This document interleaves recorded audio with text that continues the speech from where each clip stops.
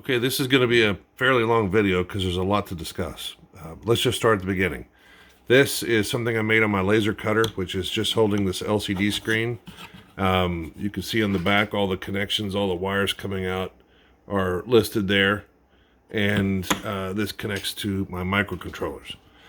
This is another thing I made with my laser cutter. This is like a test rig. And these are rotary encoders and potentiometers and a couple of push buttons and a couple of switches.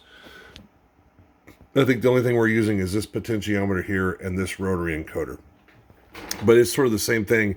It's just when I need to use these kind of components when I'm working on these projects, it becomes very difficult because they're sort of flopping around and it looks even messier than this does. Okay, this is the head-end unit. This is a PIC 16F15376. It's a 40-pin microcontroller. It is the sort of head unit for everything else that's going on.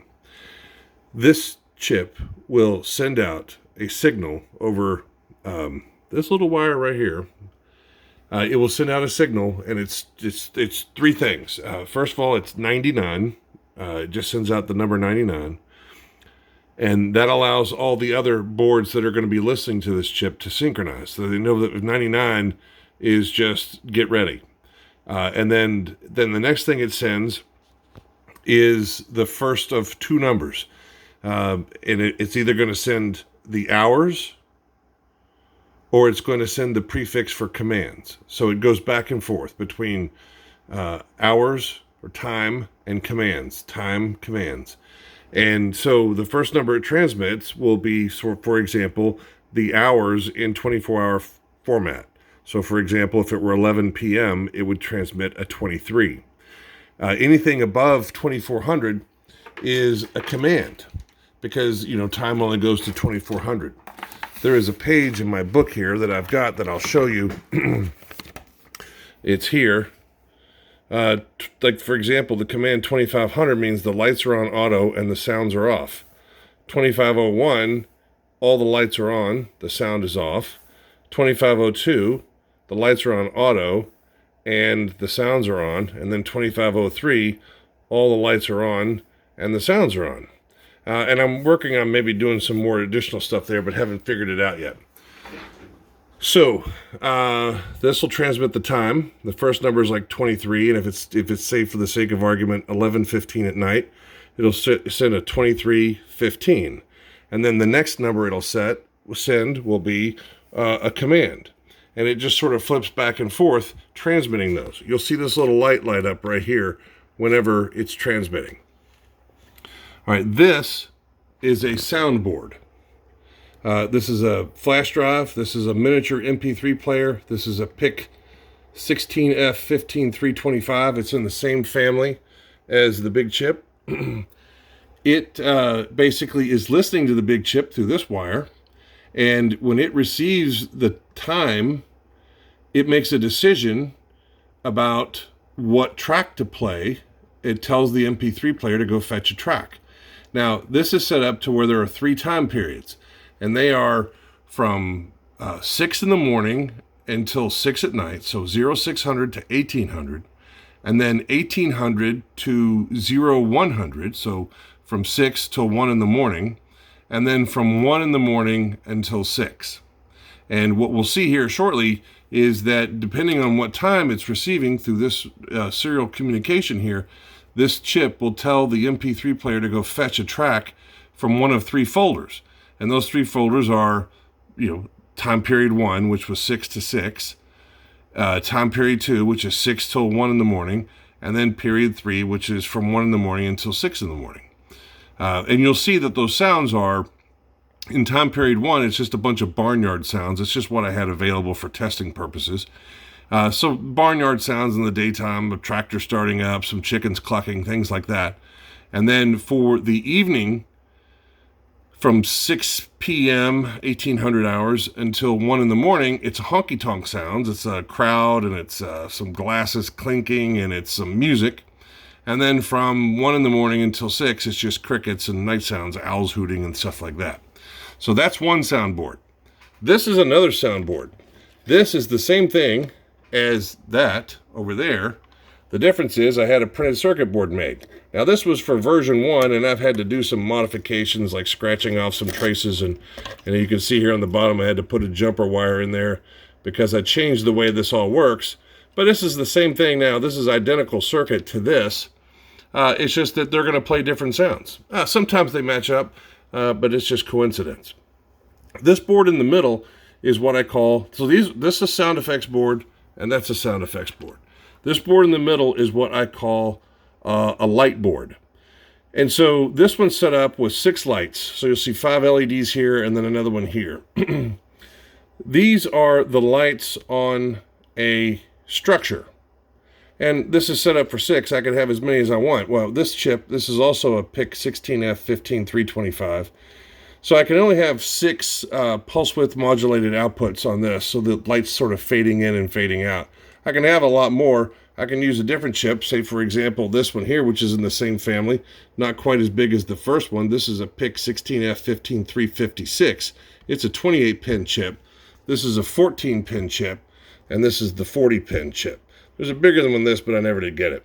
So anyway, back to the light board. This is actually pretty cool because if we go to the programming of this, you will see that, I'm sorry, I should have had this open before I started, but if you look here, you can look at this very large table. And if you look, these are the hours. So that's from that's from midnight till 2 in the morning. This is 2 to 4, 4 to 6, 6 to 8, and so on and so forth, all through the entire day. And these are the 6 lights. And you can see them here. Front porch, back porch, living room, dining room, bedroom, and kitchen. And what I've done is I've just theoretically and playing around said, okay, what's the likelihood that the front porch light would be on at midnight? Well, that's 100%. And at 100% for the back porch too. But, very unlikely that the other lights would be on, so they have low percentages. And then the same thing like during the day, from 10 a.m. until 8 p.m., it's most likely that the front porch is going to be off. So you can sort of see how that works. So I'm going to turn this on, and then we're going to start talking about it in actual operation. So here comes the power supply. And so you'll see that this is my railroad timer. It's version 1. And it just says, please wait. It's sort of going through a routine right now. And then it says push to start. The reason it has a push to start is because I've started a 256, a 0 to 255 counter started. It's an 8-bit counter. And, a lot of this is based on randomness, and I'm trying to maximize the, pseudo randomness of all this. So when that clock is ticking, and I think it's going something like, it's counting to 256, something like 1,000,000 times a second. So there's no way to know what that clock is going to be when I push this button. And so that will give me one of 255 different starting places for all of the randomness on these chips out there. So right now you can see it says push to start, and you can see that this is transmitting, but it's not doing anything. It's not telling them to do anything yet because I haven't, of course, pushed the button. So this one's waiting. This one's waiting. This one's waiting. This one over here is a different kind of board. I'll talk to you about that one in a second. Can I go back to the light board for a second? Just so you'll see, it might be kind of abstract to see these lights on a board. Here's a model that I've been working on. And it has lights in it. You can sort of see the front porch light there. It's a 3mm LED. This has lights in it, and you can see, oh my goodness, my glasses are sort of caught up in this. This board right here is this circuit here. It's just been, made compact, and then these are the leads that go into the LEDs inside the house. I should have had that on. It'd be kind of neat to see it. But anyway, here we are. Push to start. Everything's waiting. And I'm going to push this button. And you can see that the time starts. And it is midnight. And this is the real-time seconds. And this is what I call the railroad seconds. Now, right now, everything's set on a scale of 1 to 1. So for every railroad second, every true second, there's a railroad second. I'm going to mute these sounds for a second.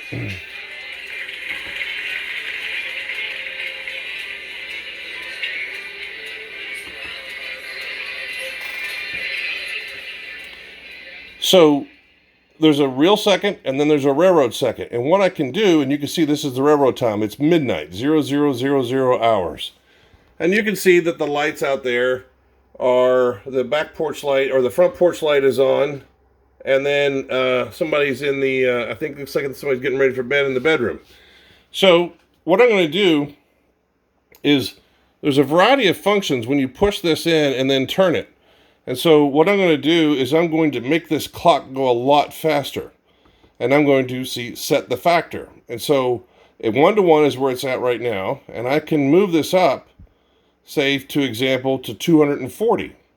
And now you see that every real second that's going by, that E clears up, okay, every real second that goes by, there's 240 railroad seconds. And so now the minutes are really just passing by very quickly. So it's already 1 in the morning, 1:15, 1:20 in the morning, so on and so forth. I can also set the time. And if I use the rotary encoder and turn left, it sets the hours. If I turn right, it sets the minutes.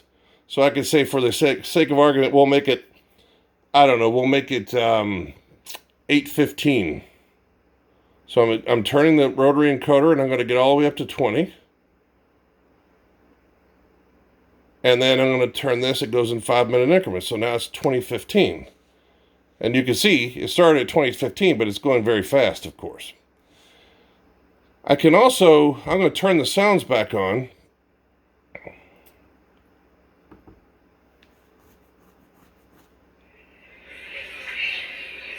And you can see that it's 9 o'clock at night, and you can hear the honky-tonk sounds.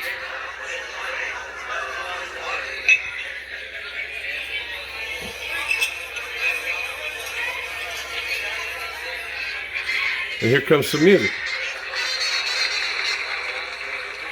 And these are all songs from 1943. So I'm going to set the time here till midnight.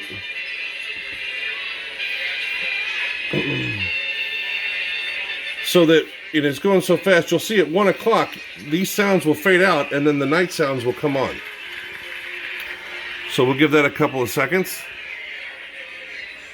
Almost. Here we go.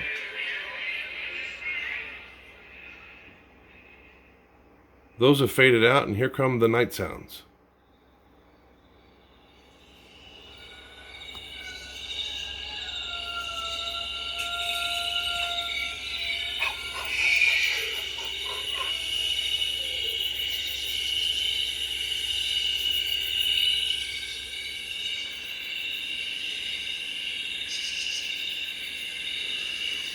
So I want to talk about this board for a second.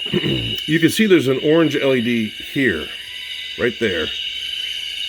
It's probably very hard to tell on this one. But when the orange one is on, it's showing you the command that's being sent. And when the orange one is off and this one is on, it's showing you the time. So for right now, you can see that's 25, that's 25, 25, and that's 2. So 25:02. And 25:02 is the lights are on auto, meaning they're coming on and off randomly. And the sounds are on. So now I'm going to turn the sounds off. And what we'll get is lights on auto and sound off. Oh, look. It's gone to 6 in the morning. And so now we're going to get barnyard sounds. There's a pig grunting. So, back to this. I'm going to turn the sounds off. The lights will still be working on their random patterns. And as you can see also, just for the sake of argument, lots of lights are coming on in the house because it's 8 o'clock in the morning and everybody's getting up. So, it'll go to 2500. So it means the lights will be on auto and the sound will be off. So I'm going to go back to the rotary encoder. and I'm going to mute sounds. And the sounds will mute.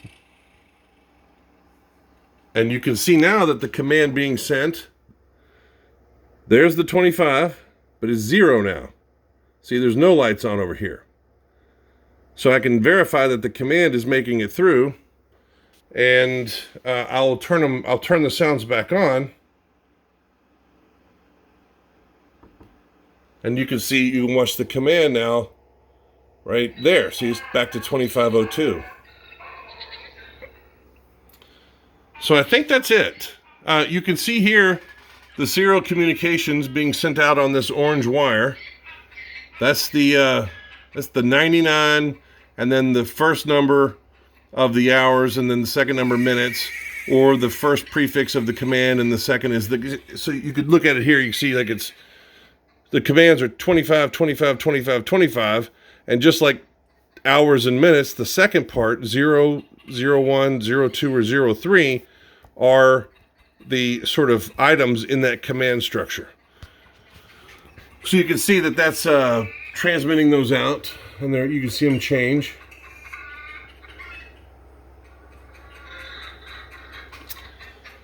And this is transmitting. Now it's funny, I've got this set on really slow transmit speed.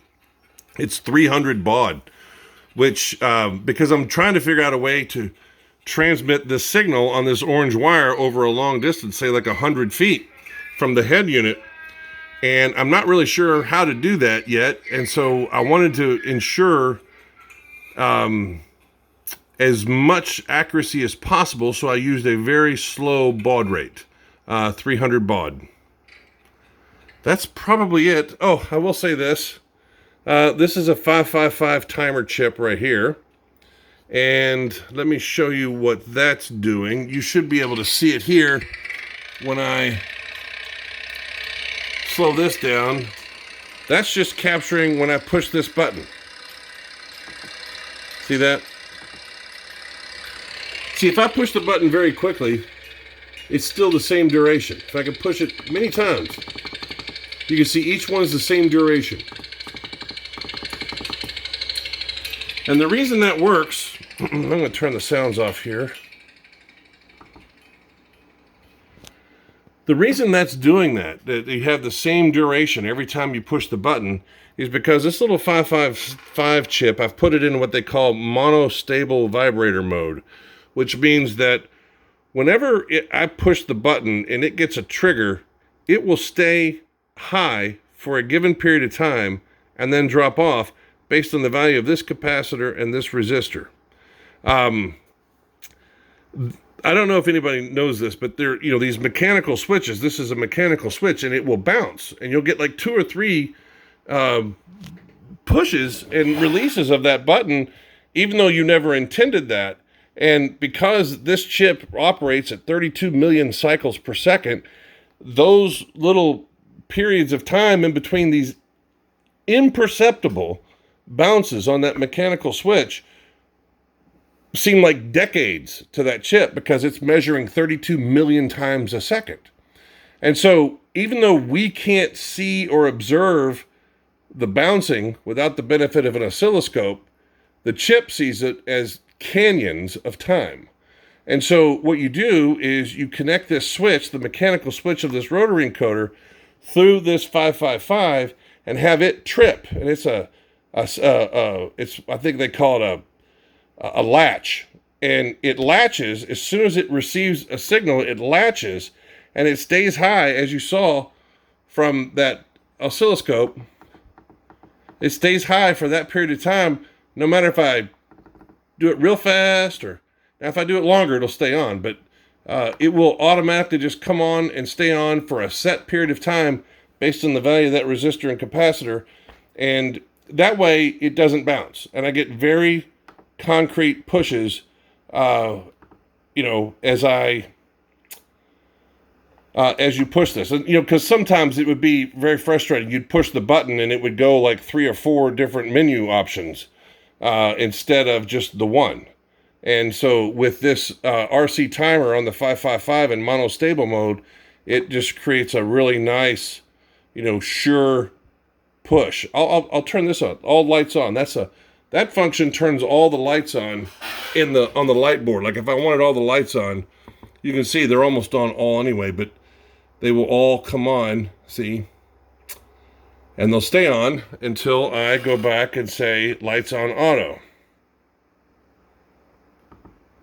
See, now the lights will go back to auto and they'll start turning on and off at random again. So I think that's it. Well, I will show you one more thing. This board looks like a mess, and all this stuff looks like a mess, but I've designed the printed circuit board for it, and this is it. I'm going to have these made. It costs $2 for 5 of them, and free shipping, so it's a very good deal. And you can see that big chip there is the chip here, and it's got both this board with the 555 and the head unit all on one, and I will use my laser cutter to make a container for it. So, and something, like this. I will show you this last thing too. This is the potentiometer here, adjusts the contrast of the LCD screen. So, all right, I think that's it. 21 minutes. That was a long time. Didn't mean to take that long, but it's a lot to talk about. See you guys.